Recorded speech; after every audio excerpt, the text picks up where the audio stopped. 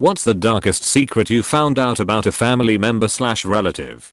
When I was a kid we went to my grandma's house every Sunday and all of my uncles and aunts would be there.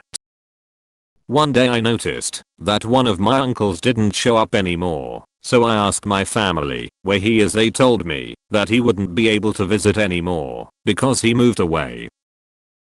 Years later I found out that he raped and killed 2 women and they locked him up. My mother supposedly has a fraternal twin. My grandmother couldn't handle the thought of 2 kids, so she gave the male child away to someone she knew that was moving away. In a drug-induced rage one night my grandmother screamed at my mom that she kept the wrong child. It was never mentioned before or after that moment. My mom was roughly 12 at the time.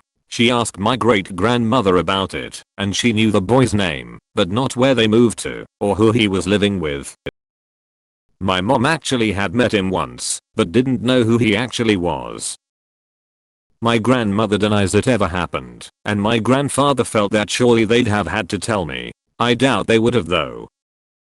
When she was pregnant with me, my mom asked my great-grandmother what my middle name should be. My middle name is actually his middle name. Edit. Fraternal twins, not paternal twins. Stepfather was cheating on mother. Didn't find out because he was caught cheating. Found out because he and his mistress were drunk, got in a fight, and he punched her so hard that she fell over and died. Found out about the whole thing during the investigation, the trial, and the conviction. Was weird to have a lawyer want to call 2-year-old me to a stand to defend the character of man I already had very little interaction and a fear of, and that was before the manslaughter charge. My father tried to kill my mother while she was pregnant with me. 2 years ago I found out that my dad had a wife before my mom, and she died in a freak accident on their wedding night. Edited. She was sleepwalking and fell to her death over the balcony, if anyone was wondering. I found out that my grandfather's first wife, before my grandma, died of botulism from eating some tomatoes she had canned at home. She could have been saved, but he refused to take her to the doctor because the botulism was her fault. He let her die to teach her a lesson. Edit. They had 2 kids he left motherless. A few years before he passed, my dad and I had a long heart-to-heart, at the end of which, he told me he wasn't the one to first sleep with my mom on their honeymoon. He caught her in bed with her cousin, with which she had been in love for a long time.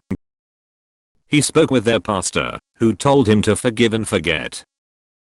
That worked, until 6 years later, when he caught her again, with the same cousin. He told me he wanted to leave with me, but ultimately decided to stay, because he wanted me to have a family.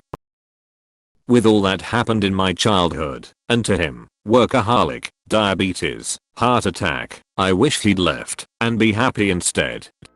There is strong debate in our family as to whether my aunt fell out of the window of her flat, whether she jumped or was pushed. She survived, but with brain damage, and says she can't remember. I found out from my dad that one of my cousins isn't related to anyone in the family. My aunt and her mother used to work at a hospital maternity ward, and apparently a woman came in one day and gave birth to him and then left the next day without him. My aunt decided to adopt him, but a few months later the woman showed up again asking where he was. They both lied that he was given up and didn't have a clue where he was. They still haven't told my cousin anything. Not really dark at all, but surprising. My mild-mannered Buddhist lawyer uncle was International Mr. Leather's Leather Daddy's Boy of the Year sometime in the late 80s. My dad told me that, before my mom and dad broke up, he hadn't been happy with her for several years. My mother even had a miscarriage at one point, which destroyed the both of them. But he couldn't leave her, because he was afraid that she would hurt, or even kill herself. So his only thought was to have a kid with her, so that motherly instinct would hopefully prevent her from killing herself.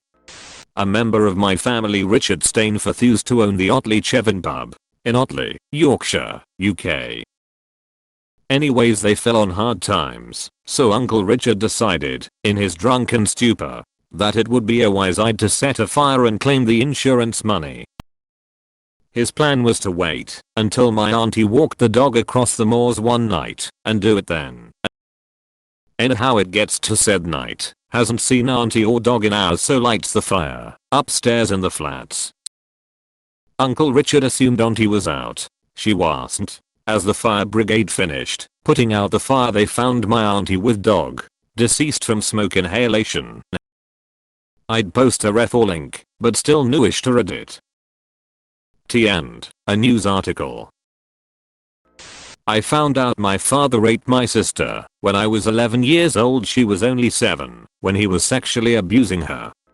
My biological grandfather threatened to kill my grandmother while she was very young and pregnant with my uncle. Long story short, he was engaged to someone else. My grandmother became a nervous wreck while pregnant and wouldn't leave the house, and he used to throw bricks through the window. Eventually she told some of her friends about what he'd threatened to do to her. Shortly after that he went missing, never to be seen or heard from again. We always kind of laughed and joked that one of her friends must have threatened him or ran him out of town. We would even go as far to say someone might have killed him for her. It wasn't until we were going through her boxes of photos and love letters we realized she was actually friends with the Cray twins. My great uncle was murdered along with his wife. The murder suspect was run down and got stuck in a swamp, shot himself in the head. Semicolon. The strange particulars. My uncle, his wife, and the murderer were all deaf/mute. The murderer was renting a room from them. This happened in the 40s, and no one ever found the motive. Semicolon. A few years ago, I took a DNA test and found that I had cousins who had descended from the murderer's wife. Semicolon. Turns out my great uncle was cuckolding him. My uncle didn't have an aneurysm stroke spontaneously. Sorry, I'm not a doctor. He deliberately stopped taking his blood thinners. Dude was 63 with a wife, 4 kids and 15 grandkids, the oldest of which was 13 and the youngest was not even a year. He was just done. His wife doesn't know, his kids don't know. I only know cause I overheard the family doctor telling my dad. As far as I know, only myself, the doctor, and my dad know. I found out that my great-grandpa got away with murder. He thought that my great-grandma was cheating on him with her dentist, so he went into his office and shot him. He got away with it too, and they didn't find out that he did it until he told everybody before he died. Edit. Since a lot of people are asking if she actually cheated on him, I don't know. But, considering he was an asshole, that she was afraid to leave, and he ended up being capable of murder, probably. My grandmother used to kidnap and sell young girls in Mexico back in the 50s and 60s. She would sell them to ranchers to presumably be wives and or sex slaves. She was not a good person at all. One of my aunts raised another aunt's baby as her own. My mom had 4 sisters and a brother, all of whom got married and had kids, so I have around 20 cousins. Unfortunately 3 of my aunts got breast cancer in their 30s. All 3 recovered, but years later the youngest, Mariah, got it again, and got it worse. Mariah needed a bone marrow transplant. All her sisters and children got tested, but no one matched. The family then revealed that Mariah had had a teenage pregnancy.